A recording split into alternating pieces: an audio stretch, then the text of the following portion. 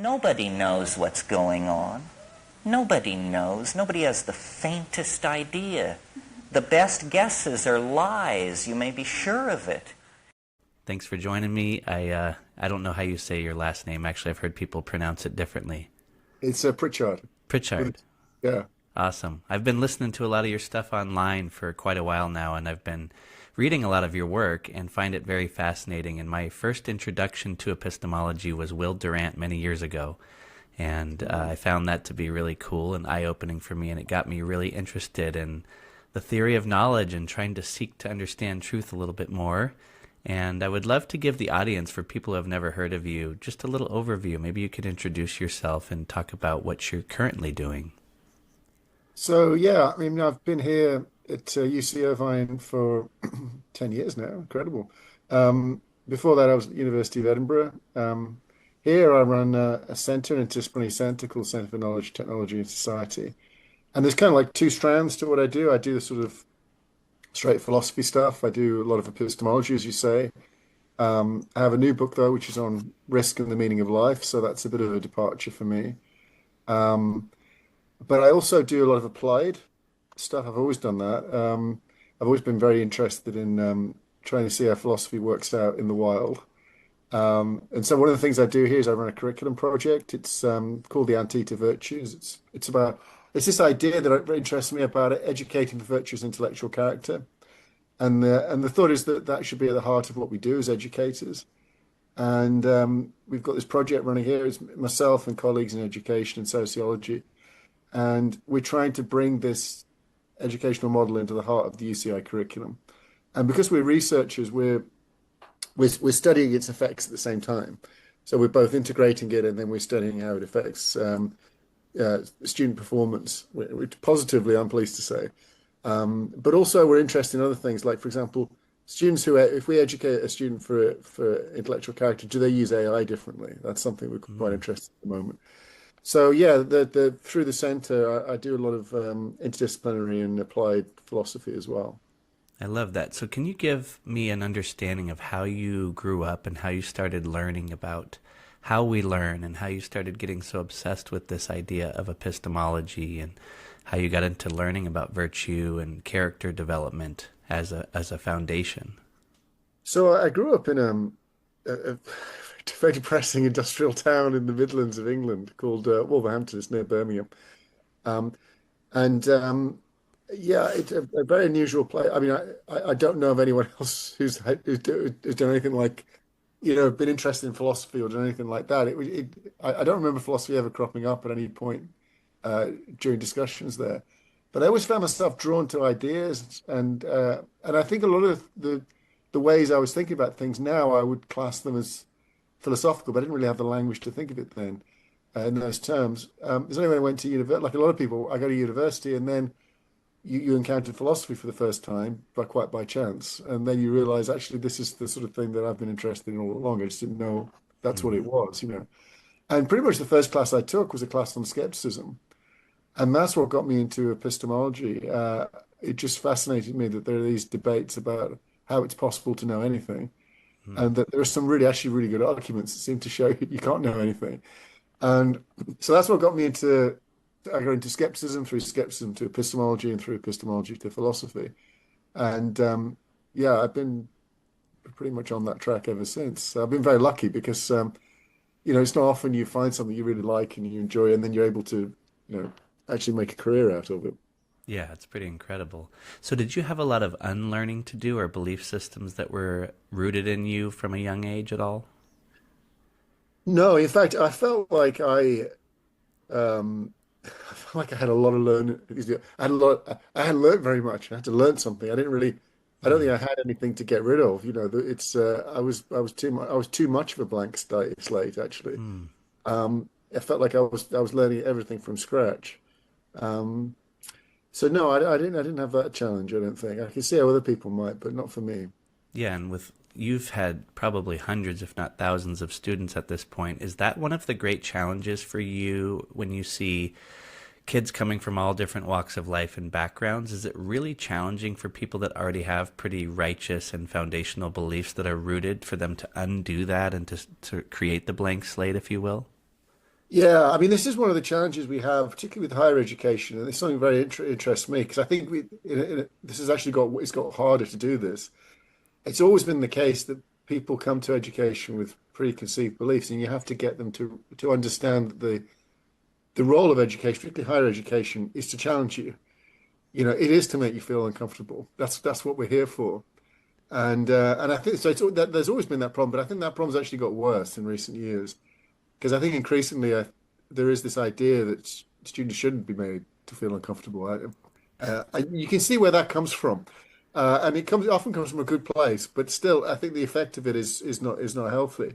And we feel it, especially in philosophy, because I mean, one of the examples I give is that in my intro class we talk about cannibalism. Like why? It's a really interesting question. Why is cannibalism wrong? And everyone agrees it's wrong. That's not the point. The point is, why is it wrong? And like talking about why it's wrong helps you to think a lot about your moral intuitions. Because actually, there's lots of, when you start to think about it, there's lots of reasons you might give to why they're wrong. And depending on your moral theory, you might end up with different viewpoints on this. So, but it's really important to talk about it. And if someone just closes that down because they find the topic objectionable or something, then they're not going to learn anything about their intuitions and where they come from, and they don't learn much about moral theory. And that's it's a relatively uncontentious case. Now plug in something contentious, politically or morally contentious, and you can see the problems there. But that's what we're here for. We're here to help people to think about thinking, and you can't do that without challenging preconceived ideas. I mean, basically, we want people to be intellectually virtuous, and to be intellectually virtuous, you can't be dogmatic, you can't be closed-minded. This intellectual virtuous, there's going to be people that have maybe never even heard this described, and I've been listening to you, and I'm still trying to work these things out that you always speak and write about. But can we go into the pursuit of knowledge and what knowledge is and how we can be so certain that there is truth based on, at some level, some foundational belief is underneath the truth? So it's like a mixing of belief and truth. But how can we be certain, and what is knowledge and what is truth? So I'm of the view that truth isn't really that mysterious. What's mysterious is our access to it. The truth itself, I think, is pretty straightforward. Like if you believe Paris is the capital of France, well, for it to be true, it's just that Paris is the capital of France. It just has to be the case. What's always been problematic about truth is not truth, as it were. It wears its nature on its sleeve. What's tricky about truth is when do we know that we have it? It's our access to it. That's what's always been the problem. And especially when you come to contentious truths, or you were saying foundational truths, so on, the kinds of things that we might disagree about. How do we find procedures for reconciling that, for coming to resolutions? And I think, well, the first thing you need to do is you need to have the right way of thinking about what knowledge is. So knowledge, for example, certainty is a nice thing to have, but I don't think knowledge actually requires certainty. It requires evidence and reasons, things like that, but it can coexist with a lack of certainty. So I think it's actually quite helpful to keep the two apart, although we quite naturally bring them together. Relatedly, knowledge can coexist with fallibility as well. That we're fallible creatures. Our roots to knowledge are not going to be infallible. So we shouldn't, as it were, feel there's something wrong with the knowledge that we have if we acquire it through fallible routes. What we do in epistemology, first we talk about the theory of knowledge. We talk about what counts as good routes to knowledge. I mean, on my view, roughly, there's sort of two overlapping components to knowledge. We need a route to knowledge that avoids high levels of risk. And what I mean by that is a route to knowledge that couldn't easily lead you to falsehood. There's something about the way you're getting to knowledge leads you to the truth. It's got to be connected somehow to the truth. And then the other thing is, I think it's also important to acknowledge that you're getting there through your own agency. So it's your knowledge, right? So you're getting there. So there's got to be something skillful about what you're doing.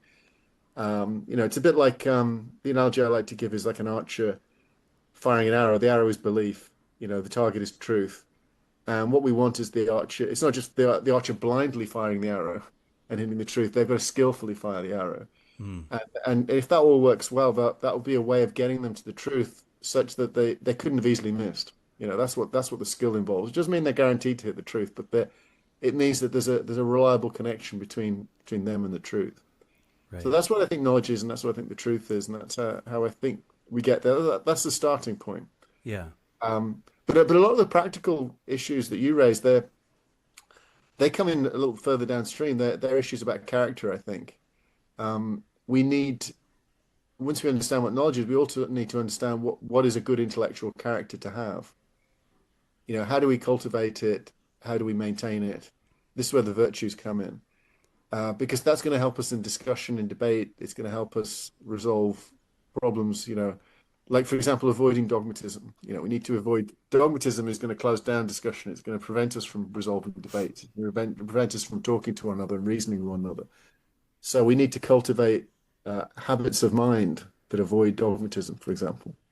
And what are some of the practical ways that you teach people this, or at least bring their awareness to some of these components of getting to knowledge, or the way to be a intellectually virtuous seeker of knowledge, if you will? What are some of the practical solutions to that? Because I've read some of even Godsad's work, and have you ever heard of this gentleman, Godsad?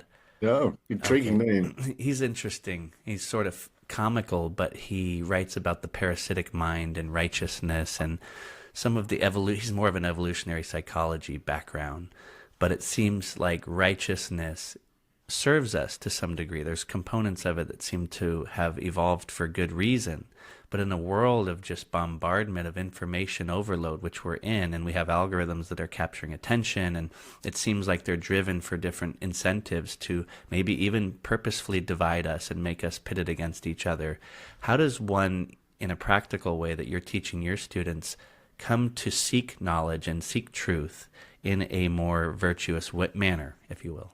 Yeah. So, yeah, I mean, this person I think is onto something. It's always been difficult to do this.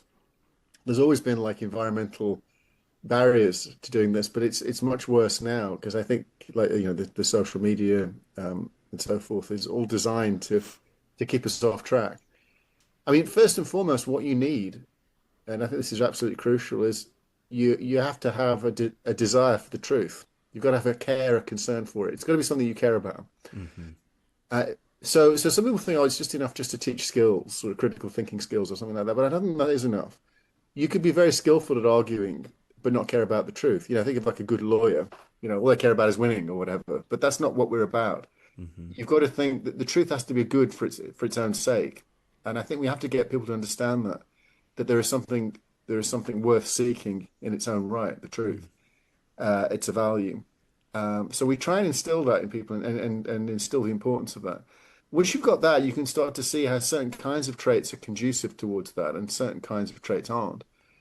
So the thing about the virtues that are really interesting, they always lie between two vices, a vice of excess and a vice of deficiency. So, think about being curious. There's obviously the curiosity seems like a good thing from an intellectual point of view. It drives inquiry, helps you think. If you care about the truth, presumably you're going to be curious about it. So obviously the lack of curiosity would be a vice, but you could also have excessive curiosity. Curiosity where you're just simply asking questions randomly and so on, or constantly asking. You're not. It's not targeted kind of curiosity. So what you're looking for is a virtuous curiosity, something which navigates between the two, which is truth conducive. And for any trait, you can do the same thing. So think about intellectual humility. Again, that's one of the antithesis virtues that we focus on. So intellectual humility is like a sort of openness to other ideas, a recognition of one's fallibility, a willing to recognize when one is wrong, excuse me, and to change one's ideas accordingly. So obviously the absence of that would be kind of arrogance, I'm just right, ignore others. But in excess of that might be a kind of like civility or something where you don't have any confidence in yourself or something like that. And even though you've got good reason to be confident in yourself about these opinions, as soon as anyone disagrees with you, you just back down or something like that. So again, we're looking for the virtuous trait which lies between the two vices. That's fascinating. And what we try and do is we educate people about what the virtues are, what the vices are, and we try and model them. We try and get students themselves to try and model them and to think about. I mean, primarily what we want to do is give students the means to conceptualize their learning in terms of the cultivation of what we call virtuous intellectual character. So they don't just think their learning is just learning facts and, I mean, you are learning facts and skills, but it's more than that. Every time you learn, whatever it is, whatever your major is, you're doing something else at the same time, which is you're cultivating your intellectual character. Mm. And you can do that badly or you can do it well. And it's kind of up to you. But if you do it well, then over time you will acquire a good intellectual character, and that character that's gold. I mean, it's gold on two levels. It's practically it's gold, right? It's an extremely useful thing to have. So we emphasize this for the students, but more than that, it's key to your flourishing. And one thing I like to tell the students is that, I mean, there's a lot of studies done on this, that a lot of things you're going to learn in college within a few years will be forgotten. I mean, they've tested for this, it go unless you're using it, it just goes. So what remains? And what remains is your character. And if you get through college without cultivating a virtuous intellectual character, well, then it's all gone. But if you can get through with a virtuous intellectual character, then you've got something which is going to stand you in good stead, whatever happens in your life. It's going to help you. I mean, practically, it's going to help you. There's going to be a lot of changes in the workforce coming, I think, with AI and so on. We're going to need people who are very adaptive and so forth. But it's not just even about practical use. I really believe that people flourish through the virtues, right? That's the good life is a virtuous life. The good life for us, anyway, is a virtuous life. Just think about your relationships. If you can't have, I think, deep and valuable relationships if you don't care about the truth. That's got to be, and the intellectual virtues will help you to promote good relationships, which would be key to your flourishing and so on. No, it's beautiful what you're doing, because I see with this exponential growth of technology and looking at our current leaders in the world, our so-called leaders, and the people that we prop up and reward for the opposite of these virtues, it creates a culture of people that want power or want status or whatever it is. And Right. it seems like we don't reward the characteristics that you're talking about enough, even though they feel good and they build good community and they build healthy relationships. But what we're seeing, at least everybody, I think at this point, it's obvious, even if we want to put our head in the sand, is that that is not what's being amplified, at least to our perceptual awareness. And so I've heard you talk about some of the prison examples where you went into the prisons, and that's Yeah. probably one of the most raw examples of people that would be the hardest to show this data coming through as character development being really good for people to get along and to be able to share ideas and to come to further conclusions and truths. So can you talk a little bit about that?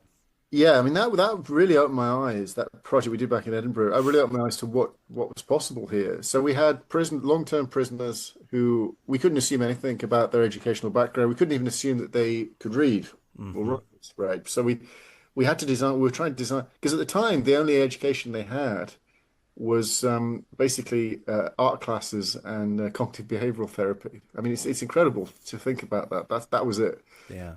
And when we heard about this, we speak to the people who ran the sort of education schemes, and they were keen to do something different. And we said, well, why don't we do like a kind of like a philosophy in prison thing? But it ended up being more. I mean, I realize now we were educated for intellectual, but we called it critical thinking, but really we were educated for intellectual virtue. We were trying to get the prisoners to think critically, and it was so fascinating because at the beginning. We were tracking everything, like the whole social relations and so forth. We had some social scientists with us. The prisons, particularly male prisons, they're very hierarchical. Some people speak, some people don't speak. Some people speak, and then as soon as someone else speaks, they stop speaking. Some people are listened to, many are not listened to, and so on. It's really interesting. These hierarchies, completely alien to what we're used to, I think. And then and initially, as you'd expect, there was some hostility to what we were doing, but over time, they really got into it, and then we saw these sort of transformative effects. Like by the end, the whole hierarchy had disappeared. Everybody was listening to each other. Everyone was interested in each other. Throughout the process, we were sending them these critical thinking tasks as a kind of like test, and the idea wasn't do they solve it? It was like, how do they go about solving it? Mm. At the beginning, we just got nothing. But then gradually you'd find that they would start to cooperate. And by the end, it was really interesting. They were working as a group to try and work out these. And there was like a mutual respect. People were offering ideas and people were like, this is one of the key things we're looking for, like not just someone articulating an idea, but someone taking that idea and accurately understanding it and then building on it. So this kind of social cooperation. And we were seeing, like in front of our eyes, just the development of these social moral virtues, basically social virtues anyway, Mm. virtues of respect for others and so forth. And throughout this as well, we had the prisoners do they recorded on dictaphones these journals, and it was fascinating listening to the journals of just their own self-discovery about this, about the fact that they felt like it's funny because I realized actually listening to them that most of us we grow up in environments where people what I would call we're in the space of reasons. People are interested in what we have to say, and they encourage us to think for ourselves. And you can discuss things, and that's not a problem, and so on. You can have differences of opinion, and that's not a problem. But I realize that there are certain people they're never in that environment. They don't grow up in that environment at all. If they express a different opinion, they get a whack around the head, and Mm. so forth. They learn not to be in the space of reasons. Mm. And many of these prisoners, it was like a revelation to them. Like they never really thought about. They said, "I've never thought about my opinions before. I've never really treated the discussion of debate as being anything other than like a challenge to Yeah. me." So and in the women's prison, it could be a men's prison, a women's prison initially, and then we spread the project out. But in the women's prison, it was even more depressing because many of the female prisoners, it was like they just had no like their childhoods and everything. They had no self-esteem whatsoever. Mm. It was like for them, it was like, why would anyone be interested in what I have to say? It Yeah. was some of the ways they described themselves was just heartbreaking. And then this was liberatory in the sense of now the idea of like I have opinions which are worth developing, thinking about, and discussing. Mm. So yeah, that was quite a revelation, really. I mean, but it related. I mean, in a way, it shouldn't have been. Like when you develop character, we're focusing on intellectual character, but character's character. You can't separate out one part of character from the other. So if you cultivate the intellectual character, you're going to develop social character and moral character and so on, because it's holistic. They're all combined. Um, and also the idea that this is liberatory. Well, again, like it shouldn't have been a surprise because that's what people have been saying for thousands of years. So, Yeah. but it still it was. Yeah, is there any practical examples that you could talk about for active listening? And like if you're in a prison and you have this hierarchy and some of these guys have pretty rough past and I'm sure they're easily triggered and have big tempers some of the time, how did you get them to move forward and actually take the time? Did they use any breathing techniques? I mean, sometimes that seems silly, but breathing is an incredible tool for listening and for slowing Uh, down the... yeah, yeah. I mean, we were convinced. Like, so the initial idea for this is that we were all going to go in there and do this and take the lead. And then we were talking to the educators. They're like, no, no, that's not going to work. If a bunch of academics suddenly turn up, you're going to get nowhere. And and so the people already in the prison. I mean, what they do is fascinating. I mean, they build relationships over time. Hmm. And so what we did was we trained them because they've got the relationships, and we train them up in what to do, in all the virtue stuff and the critical Mm, thinking and the okay. skills, and so forth. And that was how we overcame that problem. Because you're right. I mean, if an academic goes in there and just starts doing this stuff, there's someone they've never heard of, you're probably just going to get a bad reaction. Hmm. I mean, even as it was, we got some bad reactions, but at least we had some goodwill going into it. Yeah. But it's definitely the fact that there's already they had these relationships with the people who were already embedded in the prison doing the education program. And I think that's, if anyone out there is thinking about doing this kind of thing, that's key. You need people already in there and have either that, or you'd have to commit to, I think, to a long term engagement, because you've got to then the alternative is to build those relationships yourself first. Yeah. I don't think you can just go in there and just do that. I mean, in terms of the practical skills. as I say, the prisoners were receiving cognitive behavioral therapy, so maybe they were receiving, maybe instruction of a general kind of that sort, how to Hmm. deal with, anger management and things. So this could be applied cross-culturally then as well, because I'm even picturing not even another country where they're speaking a different language and trying to see how they think of intellectual virtues. But even if you were to come to a fire station, it's a culture, and there's a lot of alpha males, and there's a lot of this Yeah, like, yeah, there's a whole weird social dynamic that when I was a yeah. new guy at 21, I had no idea. Now I've been doing it 21 years, so I can walk into any fire station in the whole world, and I could probably make my way. But when you go into an environment like that, you have to find common ground. There is that humility factor where you're like, all right, these guys, Yeah. this is their world. So talk about cross culturally here. Yeah, and that's interesting. I mean, the first thing I would say is that the cultural thing, the virtues tradition gets associated with quote unquote the West. For, if you want, I can bore you with reasons I don't like that Yeah. description because aside from anything else, was the East for hundreds of years because it was east of Rome. And it's like only Hmm. became West quite recently. Also, a lot of these thinkers were in Turkey. Because that was a Greek city state, and indeed there's influences from like North Africa. So like I don't know, like yeah, it's kind of it's not geographically as limited as you might think it is. Um, but what's interesting is we associate it with sort of that Greco-Roman tradition, but pretty much every wisdom tradition, pretty much every classical tradition, ancient tradition, has a wisdom aspect to it. Mm. And wisdom traditions, I mean, they have different words for it, but there's very often they have something like the virtues. Maybe it's not as developed as Aristotle was and usually developed count of it, because the Greeks were absolutely obsessed with this kind of thing. I mean, there are lots of different competing views about virtue going at the same time. But you take someone like Confucius in the East. I mean, there's no connection between, the Greeks and Confucius, Hmm. but Confucius comes up with very similar ideas, it seems to me. And a lot of people have discussed this about the virtues.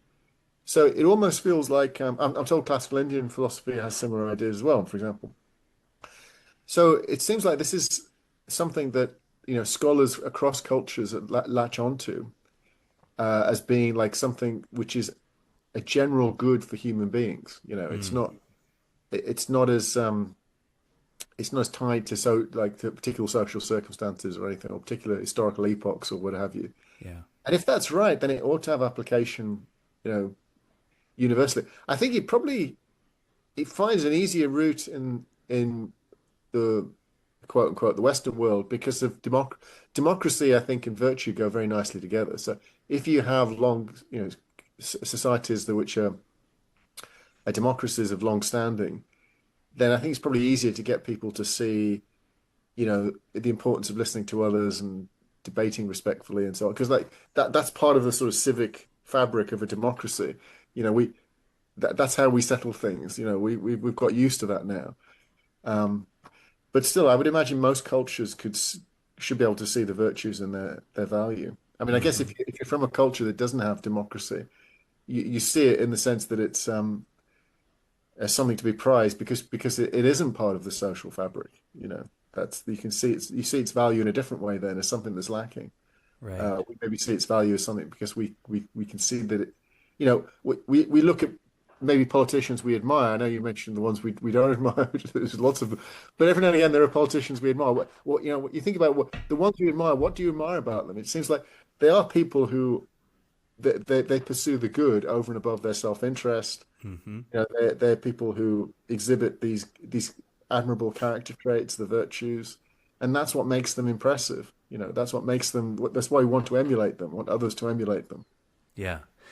I would love to talk a little bit about luck, epistemic luck, but before we go there, I would like to talk about the problems of things like AI and technology companies and a lot of people that are coming up in the colleges right now, and they're basically filling buckets and trying to memorize test scores, and then you go out into the world and you have a new job or a new technology that you're a part of, but they're missing all of these characteristics that you're talking about, and then we're building this exponential growth in a direction that has absolutely no questioning of the philosophical underpinnings. Yeah, I mean, this is this is a real worry. So, I mean, I have a paper out. This just came out recently. the basic title is that technology doesn't usually make you stupid, but AI will make you stupid. That's basically the gist of it. Right. And the reason why technology doesn't usually make you stupid is that it usually does what we call extended cognition.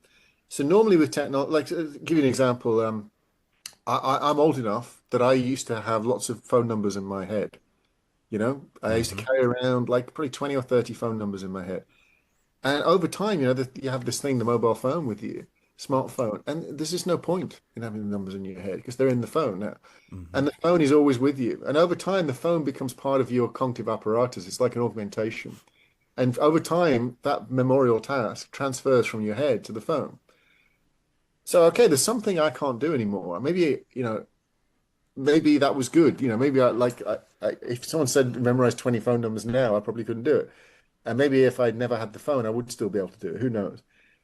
But that small lack, as it were, that small degradation of my onboard cognitive Hmm. faculties gets more than compensated with by the fact that I now have this incredibly intelligent machine with me, which is kind of pretty much attached to me Hmm. 24/7, and which can do lots of, not just this, but lots of other cognitive tasks besides. So normally technology is like that. It just sort of extends things.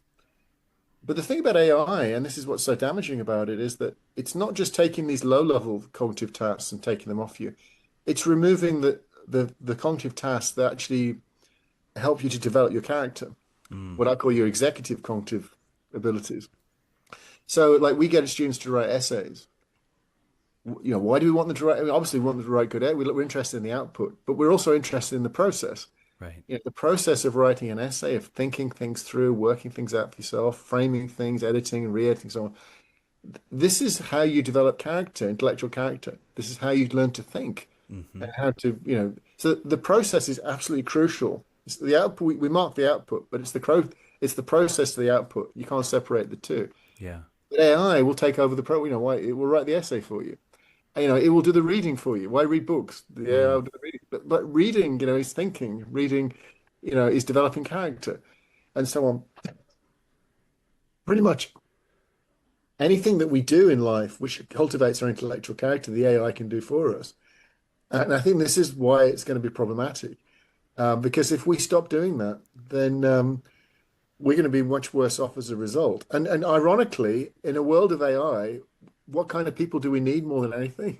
It's intellectually virtuous. We don't need people with lots of like basic knowledge and skills. We don't need them anymore because the Right. AI can do that. Yeah. We need people who can do the one thing the AI, at least yet, can't do itself, Yeah. which is think virtuously, make wise choices. The AI isn't yet connected to the world. It's just it's connected to language. It's just connected to our models of the world. It's connected to data. Our data. It's not our data, as it were, is a response to the world, but all it's connected to is the data. So it's kind of like in this spinning loop at the moment. It's not even a truth seeker yet. It doesn't even have the truth. The truth hasn't entered into the AI yet. Mm. It's just a wonderful mimic machine, but a very Right. good one. Yeah, we almost need to incentivize this in a way because that's what seems to drive everything at this point is incentive.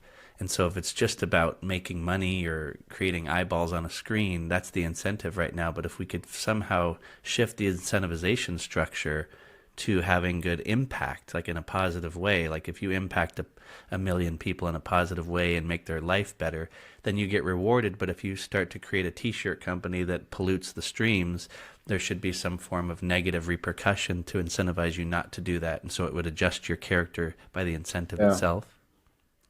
I mean, that'd be wonderful if you could incent. I mean, one of the problems is that the thing that we value here is it's kind of. I mean, we see this with education. I think over time, a lot of people have bought into this idea that education should be valued just because we just measure outputs. It's how many people you get through, what are their employability. So I mean that's a lot of the measuring of academia is like that now. Yeah.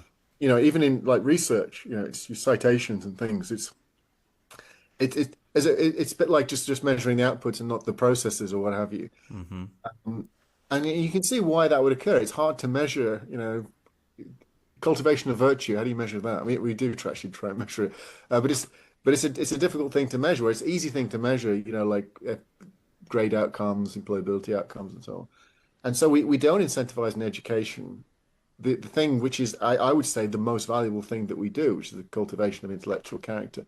And the same, in the world at large, what we incentivize, share value and market share and share value, because that's what, if you're a limited company, shared, a floated company, then that's the kind of thing that the shareholders care about, and understandably. And of course, there's lots of ways of achieving that, but probably ones that promote the public good aren't high on the list, right? Right.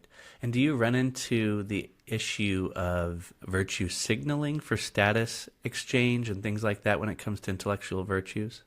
Yeah, I mean, this is the thing about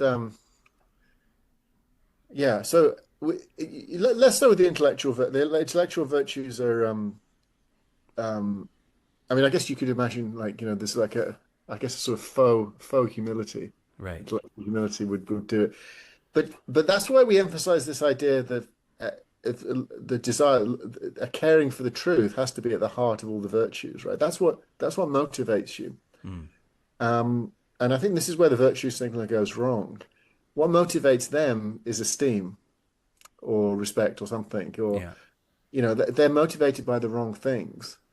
And of course, there is an epistemic problem, how to differentiate between the two.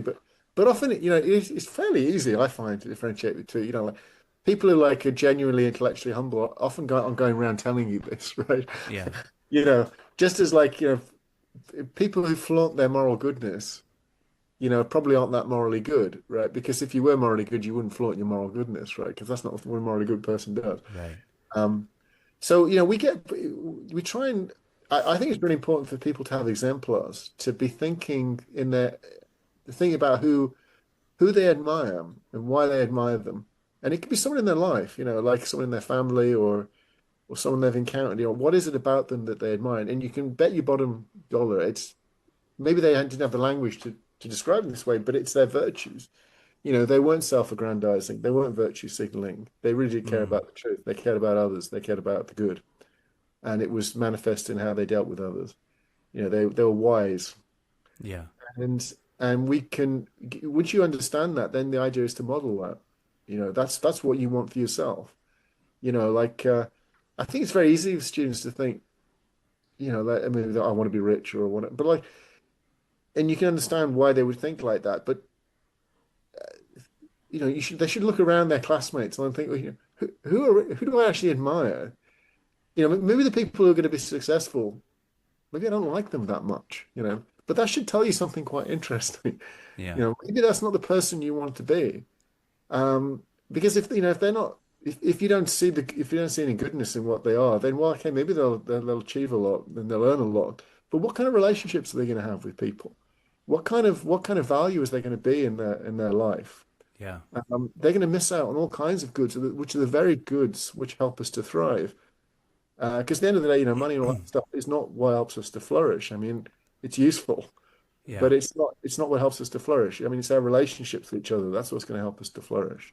Yeah. No, and I like that you emphasized the desire for truth at the base of that, for it to work, because I can picture during the pandemic how things manifested and how virtuous behavior was almost being used as a social engineering to get people to behave a certain way. And then if you go into religion, at the core, when I know people at work that are religious, if you get to the root of it, it's like, well, there was this guy named Jesus, supposedly, that lived in a certain time and space and behaved a certain way, so his intellectual character was good, and so we want to model our lives based on this character, or Socrates or Plato, or you can go into all these beings, Buddha, Krishna, but then it deteriorates, and people do create this giant, I guess, cult behavior around it, or if you want to say that. Religion has its own problems built within it because they lose sight of the qualities that you're talking about pretty quickly. Yeah, I mean, it's like a sort of paradox of any organization. You start to track the wrong thing. Like, like, Musicians, yeah, artists, like yeah. there's some good that you want to track, and then you create this organization to try and track that. But then it's over time, as it were, the organization starts to track other things. I mean, you Mm. find, I mean, a parochial example, but, like, in education, You want to track research quality. You think, well, okay, citations. Let's track citations. Yeah. But over time, it becomes what you care about is not the research quality, but the citations. But of course, Hmm. the one is meant to be tracking the other. It's not the one is not the other, right? They're not the same thing. Like, and I imagine there's a religious context. You've got you're trying to there's the goodness of the exemplar, Jesus, Buddha, what have you, and that's what you want to emulate. But then a structure builds up, and then it's about like maximizing believers, let's say, or something like that. Yeah. Different values enter the scene. Yeah. What about centralization and corporations and even the education system right now being driven by incentives instead of actual characteristics that you're talking about, of virtual characteristics? Because I can see that happening with your institution in particular. I'm sure you have a really deep lens as to like some of the real pitfalls of the institutions now being driven for cranking a certain amount of students out and getting a certain amount of bodies in chairs. And at the end of the Yeah. day, you're losing sight of, and that happens with all profit incentive structure, all corporations. I think one mistake people make with education is that because like a university has because it has a bottom line, right? It has money coming in, money coming out, and so on. Therefore, people think, oh, so then it's kind of like a business, but it isn't a business. I mean, the example I always give is like a monastery has a bottom line. They've got money coming in, money coming out, but a monastery is not a business. Whatever it is, it's not that. It doesn't exist for that. And I think that's what we need to remind ourselves in higher ed. Sure, we have to balance the budget. So to that extent, we're a bit like a business, but we're not really a business. Right. The goods that we're producing are different, and they're not always quantifiable.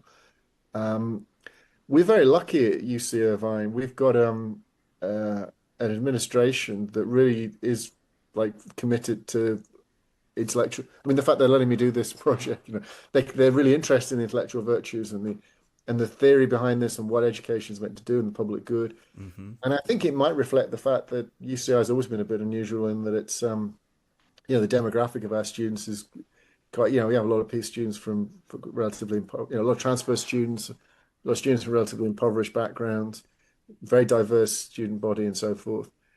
So I think, we see ourselves as somewhere that's about giving people a leg up, in Mm. society. Um, so we've been very lucky. I think there's a really good intellectual culture here. But I think, a lot of universities, they certainly I think there's a tsunami coming for the sector. Um, a lot of challenge. I mean, it's not just the AI, right? Obviously there's the political storm, which is kind of sort of ongoing, the funding and so forth. But also we have this demographic cliff coming. There's the number of college age students is going to drop dramatically in the next few years. You put all these things together. Um, I think universities have to be very clear about what it is that they offer exactly. And if all they're offering is like, employability skills, that kind of stuff, uh, they, their reason for existing is going to disappear very quickly. Yeah. So they have to pivot, and I think we're quite lucky because we don't think that is what we're doing anyway. So we're kind of got a leg up. But I think a lot of institutions they've slipped into saying that that's what they are about, and that's a dangerous place to be right now, I think. Yeah. How many intellectual virtues and vices do you guys have listed if there's a certain number? And do you ever work with the younger kids, like when you get into K through 12, those age groups, to teach people how to think and how to develop character young? So we restricted ourselves to four. I mean, there's lots more than four, but the Sure. antique is just four. Because when we started off, we didn't know how far this was going to go. We didn't realize it would end up being this huge thing. Mm-hmm. And um, and it was just in terms of sort of the marketability of this, because we're looking for something scalable, something that could conceivably scale across campus. So we just picked four. We picked intellectual humility, intellectual tenacity, integrity, and curiosity. Curiosity because it drives inquiry. That seems very important for higher education. Integrity because at higher education we're constantly telling students about how they shouldn't behave. Mm-hmm. Don't plagiarize. Academic misconduct. All these things you shouldn't do. And we thought, let's flip it. Let's talk about what is good intellectual behavior. So let's talk about integrity. That gets the truth stuff in there as well. And then we paired humility and tenacity because I think a lot of students today they think they think to have conviction means not to listen to others. And conversely, if you do listen to others with different opinions, then that means somehow you lack conviction. And that I think is a terrible way to think, and it's not Hmm. helpful for anyone, for them or others. So we paired the two, being intellectually humble is being open to new ideas, but you can be intellectually humble, but also be tenacious. You could be, you can have conviction. Having conviction is compatible with listening. It doesn't mean dogmatism. You can have conviction, but willing to engage with others and be Hmm. open to fallibility. Yeah. So that's what we went for. But obviously, there's lots more intellectual virtues than that. And when students get into the program, we introduce them to all the lots of other virtues, and in fact, lots of other vices as well. There's whole modules on vice, because if you want to learn about virtues, you've got to learn about the dark side as well. The Yeah. vices. And then in terms of kids, I mean, actually that was the first thing that got me into this was philosophy in schools. Uh, yeah, just programs going into schools. I mean, high school students actually talking to them about philosophy. I mean, I started doing this with the Royal Society of Philosophy back in Britain. They had this scheme, and it was like schools in like deprived areas, and it was a eye-opening experience. Going in there, um, kids never done philosophy before, and then like you've been sent in there telling them about Descartes or something. But it was fun. It was kind of challenging. But it was fun. And then the other thing we did was younger kids, because there's a lot of studies on this. So as kids around about 7 or 8, that's kind of perfect age to talk about philosophy. What you do is you don't talk about like specifics. You wouldn't go in and talk about Descartes. You you go in and just talk about like sort of ideas. Like infinity. What's infinity? Hmm. Like or what does it mean for something to be real? And so on. There's a real art to this of getting kids at that age to talk about, and they get really excited by it and have conversations about it. And we run a program at the moment. It's called Think. A colleague of mine, Mark Fiocco, runs it. And we train up graduate students, and we send them into to local schools, usually middle school kids, and we do these kind of techniques. We get them to think about philosophy in this very abstract, broad sense, less about content, more about thinking about thinking. And yeah, it's a great thing. I sort of feel everyone should do it. Um, it's a difficult thing to get into the curriculum because, of course, it's not. You make it a subject, and it's not quite. If you make it a subject, it's not quite doing. I mean, that would be good, but really, you want it to be something that's embedded within other subjects. So, like whatever subject they're doing, they're also doing a bit of this at the same time. That would be the ideal. And there are Yeah. some schools that do that. There's 2 schools in Long Beach. They're called the Intellectual Virtues Academy, and the school was designed by people who believe in this educating for virtues, intellectual character, and they've embedded it across the curriculum. So Wow. whatever you're learning, you're also learning about the virtues, and I think That's that's the cool. way to do it. That's a brilliant way to do it. Just embed it into everything else. Yeah. That's beautiful. So, how about epistemic luck when it comes to knowledge? So, if you're seeking to have this virtuous approach to knowledge, I've heard you speak to what luck is and how you can minimize that feature, but I would love to go into this because there's certain components to luck that I've always felt were very advantageous to my well-being, if you will. Like feeling lucky is a really nice, not lucky like you're in a casino, but almost like I'm lucky to be born in 2000, at this time frame in this place and this day. But then you have to use your luck to, perpetuate yourself into the future. But let's talk a little bit about epistemic luck and what you can say Yeah, about so that. I have let me begin with luck itself. So I have this view. I mean, what's weird about this is until 20 years ago or whatever, there wasn't really a philosophy of luck, even though it's such a important notion. That is, people weren't theorizing about luck itself. Hmm.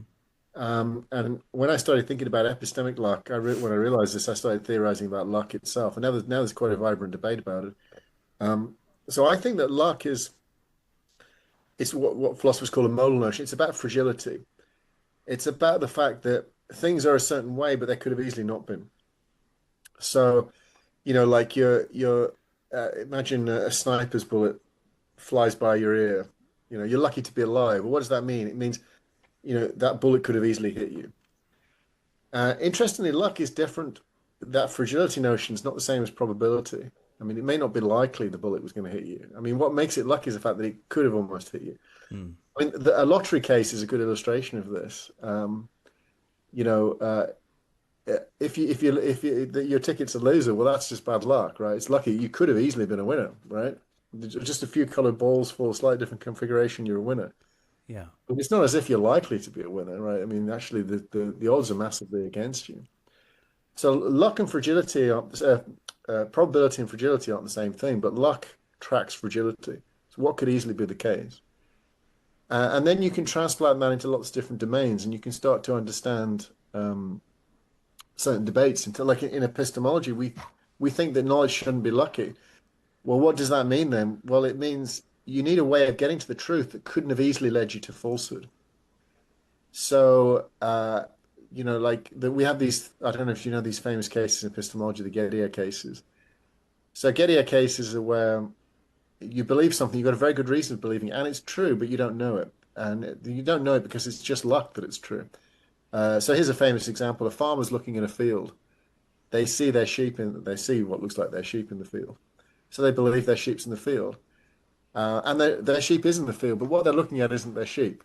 It's like a big hairy dog, or it's a stone that looks like a sheep, whatever it is. Mm-hmm. But behind it is the real sheep. So it's just lucky that their belief is true. But they've got excellent reason to believe what they do. And you can see that we can explain why isn't it knowledge? Well, the luck here means that it could, even though they've got good reason to believe what they do, nonetheless, their belief could have easily been wrong. I mean, if they're given what they're looking at, it's not the real sheep. If the real sheep had wandered out of the field, their belief would now be false. So they've got a way of getting to the truth that could have easily led to error. And I think that's what's key. And this indicates something quite interesting. Luck and risk are closely related to one another. You know, that the person's lucky to be right. That means there's a lot of risk that they could be wrong. Mm-hmm. Think about that sniper's bullet. You know, you're lucky to be alive. You're at a high risk of being killed. You know, and so this interplay of luck and risk is interesting because I think, you know, why do we want to eliminate luck from knowledge? It's really what we want to do is eliminate. We don't like it. We need to have a way of getting to the truth that's not risky, that couldn't easily lead us awry. Mm. I think that elimination of risk is really important. Yeah. Yeah, there's a component to it that I would love to hear your perspective on, where there's a lot of people in the, I guess you could say, so-called spiritual communities that say, you chose that, or you chose to be in this life and to have that event happen so that you could learn that lesson. And I'm always quick to respond, that's not true, that's a belief. The truth is, I don't know why that happened. That did happen, and now I get to actually choose my relationship to it and do something about the suffering or the situation. But no matter what the circumstance, I still feel lucky that I was born with a body that's not a quadriplegic or abused and raped as a kid and all the things that could have happened to me that do happen to other people. So I feel like I take on this belief system of I'm lucky, so I have more obligation to serve or to do something with this fortuity. Is that what would you say to help me work through that a little further? I mean, there's two levels to this. One is like the sort of theory of luck itself, and then there's another level, which is the sort of the psychology of luck, like how we deal with luck, for example. How do we describe it? What are our practices? And what's interesting is that like people like the very same event, like a car accident, let's say, you know, let's say a car accident where someone lost a limb. Mm-hmm. You know, someone who has like a positive state of mind will think, I'm lucky to be alive. Someone who has a negative state of mind will think, I'm so unlucky to have lost a leg. Mm-hmm. You know, the very same event. You know, Right. so in both of them they judge that it's lucky, but luck is valenced, right? It can be good or bad. Right. And whether you think it's good or bad really depends on you. So that's subjective. You know, Yeah. whether it's lucky is not subjective, but how you feel about it and what you do with it is a subjective thing. And it very much relates to the kind of personality you have. And psychologists have studied this. I mean, you know, happy people are more prone to judge lucky events positively, and unhappy people are more prone to judge lucky events negatively. And of course, the thing is perpetuating. The more you think you get bad luck, Yeah. the happier you're going to be, right? Right. But equally, the more you think you've got good luck, the happier you're going to be. So Yeah. there are these cycles of thought that we can get ourselves into, which have a bearing on, you know, how we're going to feel about ourselves. Yeah. Awesome. I like the way you said that. And I've even seen some of those studies where someone that has that positive, lucky mindset will actually see the money on the ground versus the one that can't because your awareness is focused on what you're lacking or not seeing. But I would love to hear some of your perspectives on current neuroscience. And I've had the luck, I guess you could say, to talk to a lot of really interesting people from that field. And when you get into some of the subjects about free will and cognition and things like this, all of them disagree about a lot of things. There's still a lot of neuromania out there where people think everything's the brain. And then you have other people that are like, no, it's body up and top down. And so there's a lot of conflicting thoughts around how the brain and how consciousness works. How do you work with neuroscience? Like, I'm sure you're talking to them quite often, and how does your work interrelate to theirs? So I must declare I am somewhat skeptical about the interrelation. So take free will. Mm-hmm. I think I think the problem of free will is like deep and important, and I think as it currently stands, it seems unresolvable to me. Yeah. Um, that is, I think the people who are defending free will, what they're defending is so different from what we would ordinarily think of as free will that even if they're right, I don't see how it really resolves the problem. I mean, basically, I think that we one of the big challenges of our age is that there are two worldviews, and that we're occupying them simultaneously. One is like a sort of scientific, I would call it scientism. Mm-hmm. It's not just as a scientific worldview, but it's the view that the scientific worldview, as it's currently described, is pretty much all there is. And this is a world in which, there's no value, there's no purpose, there's no agency, there's no free will, there's no consciousness. I mean, or if there is consciousness, it's like it's an irrelevance. It's like some what we call epiphenomena. It's like a side effect. It doesn't really have any causal bearing on anything. It's like an illusion or something. Same with free will and so forth. So that's that. There's that kind of, and that's a really dominant way of thinking. But then there's this other way of thinking, which I think we've had for hundreds of years. We've had, since before the scientific revolution, which is we're basically that we're enchanted creatures, and we live in an enchanted world.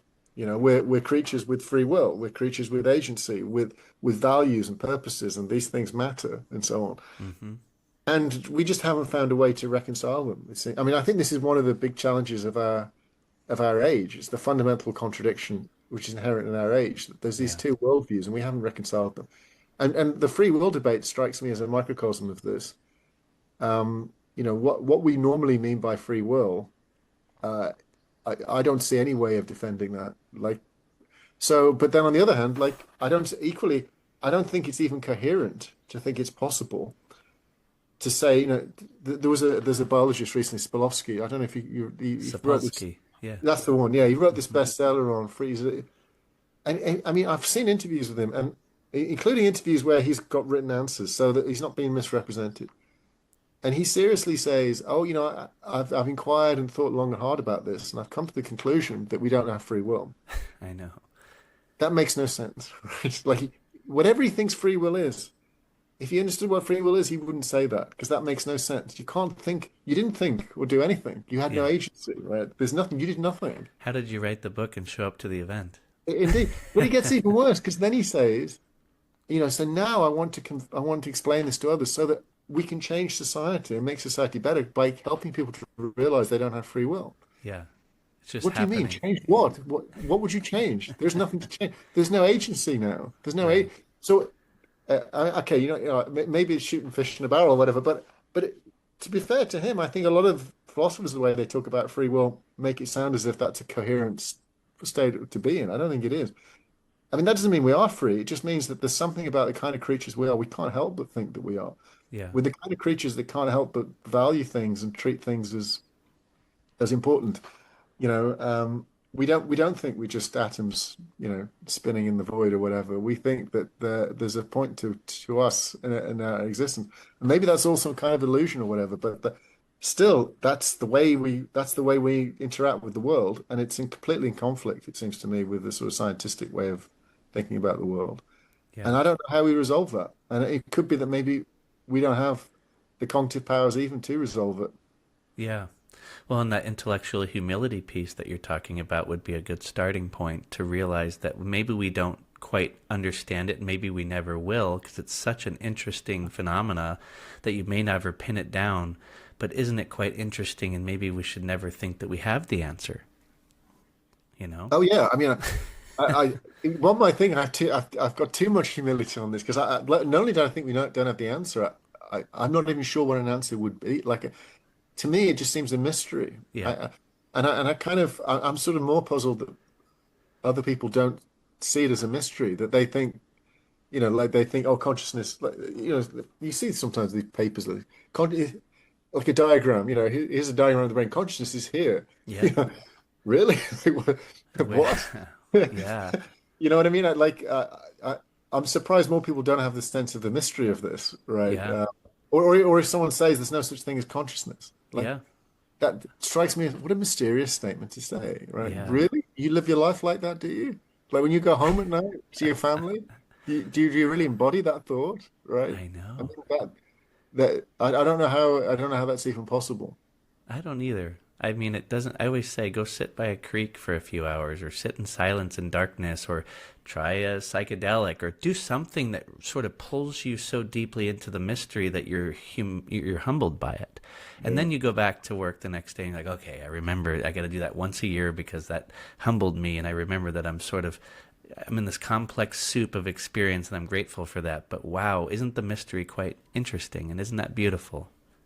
You know? You know what? I think we should teach the mystery of human. I think somewhere along the way we've dropped this. So about 50, we can date it. About 50,000 years ago, we became human.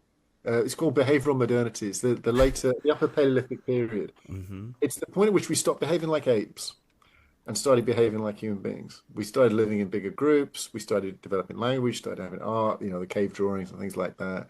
Our tool use exploded and so forth. We started, looking after animals, eventually farming. All the things that make us what we are, they happened we could date it about 50,000 years ago. Yeah. And it wasn't a physical change. We're physically the same, hundreds of thousands of years, we've been the same. So I'm not saying it wasn't evolution, but it wasn't evolution. Whatever happened to us wasn't selected for because it happened pretty much overnight. It must have been some sort of side effect. This is an absolute mystery. Yeah. But whatever it is, it makes us what we are. And we are, the fact is we're different from the other creatures. Like, I mean, the apes are a good example. I mean, our cognitive architecture is very similar to the apes. Mm-hmm. We were ape-like, it wasn't that long ago. We didn't have language, we didn't have abstract thought, we had limited tool use and so on. We lived in small groups like apes. And then now we have civilizations, we can live in large groups and so on because we've got language. I mean, language, I think, is key to this, but whatever happened, it's mysterious. And we don't really, I don't think, we know something special happened. We don't know what it is. And we know that it makes us different. And we should, I think, when I tell people about this period, like behavioral modernity, most people have never even heard of it. But really, this is our origin story. This should be in schools. We should be thinking, like, we are really unusual creatures. Yeah. The way we think, the way we are, and I find this, like some of the AI stuff or whatever, where they, there's something's very good at mimicking us, doesn't mean it's us. What we are is something special. We need to remember that. Yeah. There's a lot of, I think, downgrading of what we are, as if there's like just a continuum. And we're just like clever apes or something. Well, I mean, we are clever apes, but we're more than clever apes. You can teach apes words, but a handful of words, and it's a painful process. Yeah. They always treat suppose it's a ball. The word for ball would be that particular ball. They can't abstract from it and see that the moon is a ball. Yeah. The sun's a ball, right? There's something about the way we think where we've got this abstraction built into it, and this is an amazing capacity. Yeah. So I think we need to, if we are going to make progress in any of these problems, I think we have to get back to understanding just how special we are. It's our origin story. I agree, and that would infuse a little awe and wonder, and the mystery would make people want to spend more time contemplating what we already are a part of and what we already are before we're just hitting the gas pedal and moving forward without understanding the features that are, already built within. So I think we lack the taking account for and appreciation of what is, which could be a long period of time, that would actually bring us into the future with a little more humility and maybe a little more caution so that we're not creating things at an exponential level that would have all these unintended consequences and cause harm. So I love what you're doing. I would love to ask you, who were some of the key people that you were influenced by with epistemology, and maybe even some cool book recommendations? Yeah, I mean, my big influences, well, Wittgenstein, huge influence on me. Obviously, Aristotle, because the virtues. Uh, there's a thinker called John Henry Newman who no one really talks about now, and it's kind of like a side project of mine. I've become very interested in it. He was sort of mid 1900s. In fact, huge figure. The kind of person that everyone would, until the early part of the 20th century, anyone would have read, but then he just sort of disappeared. But he has some big ideas about like universities and what they're about, which influenced on me. And then in terms of sort of contemporary work, someone like Ernie Souza, who's a philosopher at Rutgers who works on virtue. He basically brought virtue epistemology back into the mainstream in the 90s.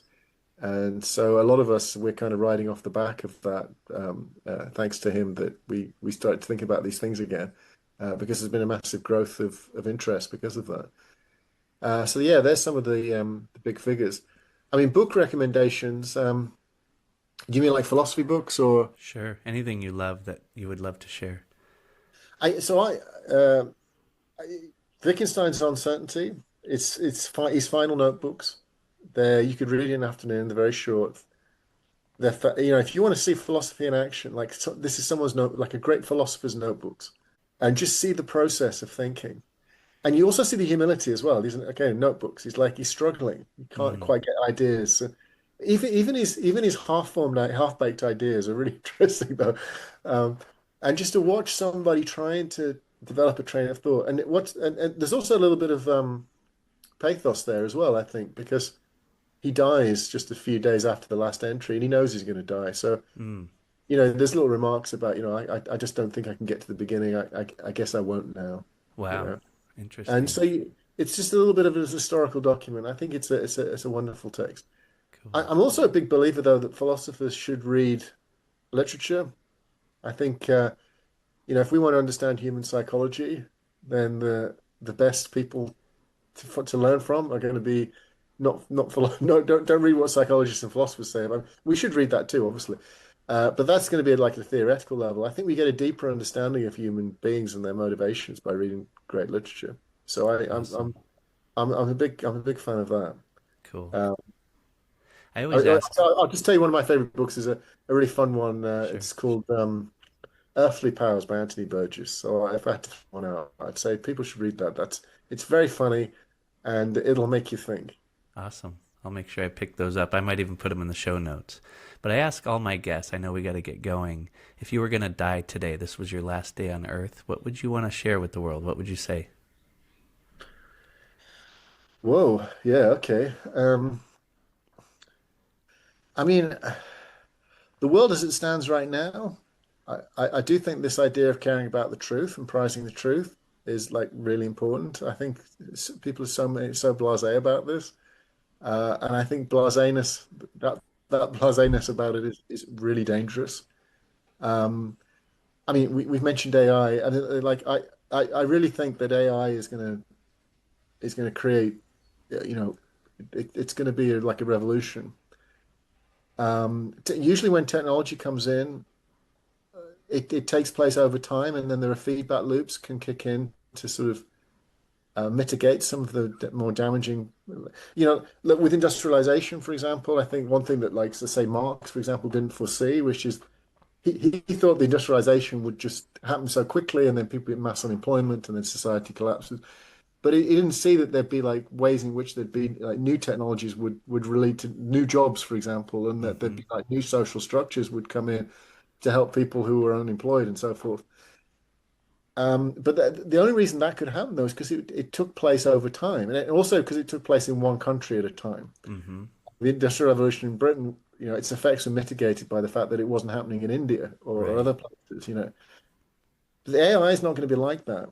it's going to happen everywhere at once, and it's going to happen really quickly, and there won't be time for society to adapt. And I think this is what's so chilling about it. Mm. And it worries me that the AI, especially, it's extremely effective at doing things. But as I mentioned before, it's not a truth seeker. It's not latched onto the truth at all. Right. I mean, it's latched onto us. Yep. It's copying us. But it's copying us trying to get to the world. We latch onto the world, it latches onto us. Yep. Until we can teach the AI to latch onto the world and to care about that, the AI is going to behave, I think, in bizarre ways. It's not going to behave. We've got to somehow get it to care about the truth if it's going to be of any use to us and not to be undermining. And we've got to find some way to manage the social change that's coming through, such to create complete social collapse. Yeah. So yeah, I would say if I had to say one thing, we have to rediscover a love for the truth, and we've got to build it into everything that we do. And that goes hand in hand with character, intellectual character especially, that the people that are going to guide us through what's going to come is going to be the people with good intellectual character. And if things go pear-shaped, it's because we allowed ourselves to be led by people who don't have that. Yeah. That's the only way I think we can get through this.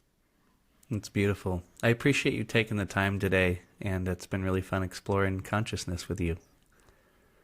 Thanks very much for having me on your show. Absolutely.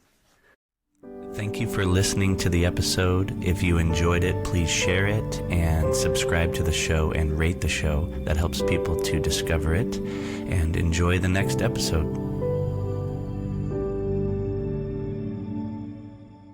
What we call reality is in fact nothing more than a culturally sanctioned and linguistically reinforced hallucination of some sort.